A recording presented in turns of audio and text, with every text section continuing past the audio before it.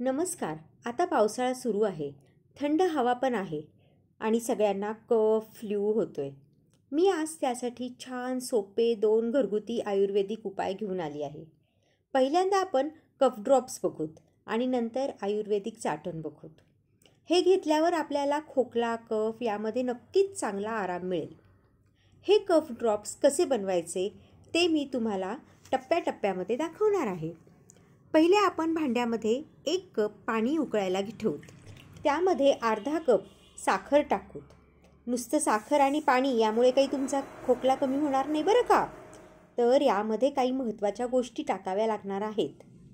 ही मी 1 teaspoon लवंग घेतली आहे. ती आपण कुटून बारीक करून या पाण्यामध्ये टाकूत. हा 2 इंच आल्याचा तुकडा स्वच्छ धुवून साल काढून घेऊत. आता तो बारीक खिसून घेऊ. साधारणपणे 2 इंच आल्याचा 2 टेबलस्पून खीस तयार होतो. आता हा आल्याचा खीस भांड्यामधील पाण्यामध्ये टाकू आणि उकळायला ठेवू.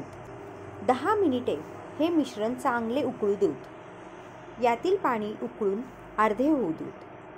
हे मिश्रण उकळेपर्यंत लिंबू चिरून घेऊत. या व्हिडिओसाठी संशोधन करताना मला एक गोष्ट समजली की लिंबू कफ कमी करण्यासाठी मदत करतो. हे मला माहिती नव्हते. ते बहुतेक कोणालाच माहिती नाही आहे. हे पाणी अर्धे झाल्यावर गाळून घेऊत. म्हणजे आपल्या ड्रॉप्समध्ये आल्याचे तुकडे येणार नाहीत. आता दाबून आल्यातील सर्व रस काढून घेऊत. हे ड्रॉप्स खूप चविष्ट लागतात आणि सर्दी, खोकला यामध्ये त्याचा फार उपयोग होतो. आता हे मिश्रण पातेल्यात टाकून उकळून घेऊत. अगदी बारीक गॅसवर हे मिश्रण उकळून घेऊत. यामध्ये 1 टेबलस्पून लिंबाचा रस आणि 1 टेबलस्पून मध टाकूत. आता गॅस चालू करूत आणि हे मिश्रण उकळून घेऊत. हे मिश्रण उकळल्यावर थोडेसे घट्टसर झाले की आपण गॅस बंद करूत. बघा, याप्रमाणे आपलं हे जे कफ सिरप आहे म्हणजे कफ ड्रॉप्स आहेत हे तयार झाले पाहिजे. यापेक्षा थोडंसं अजून पातळ झालं तरी सुद्धा चालू शकतं.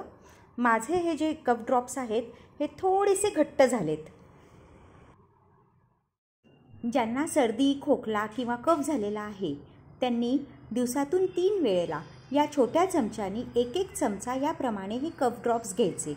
ही आयुर्वेदिक अशी होम रेमेडी आहे. त्यामुळे हे कोणीही घेऊ शकतं. अगदी लहान मुलांपासून मोठ्यांपर्यंत कोणीही हे कफ ड्रॉप्स वापरू शकतात. आता जे आपण चाटण बघणार आहोत त्या चाटणमध्ये पाव चमचा हळद, हे बघा, 1 चमचा मध आणि 1 चमचा लिंबाचा रस असं आपल्याला टाकायचं आहे. आणि हे सगळं आपण छानपैकी ह्याचं आपण चाटण तयार करू. कोरड्या खोकल्यासाठी हे चाटण खूप उपयोगी आहे. हे बघा, दिवसातून 3 वेळा हे चाटण, ज्यांना कोरडा खोकला होतो त्यांच्यासाठी एवढं असं चाटण घेतलं की कोरड्या खोकल्यामध्ये आपल्याला खूप उपयोग होतो.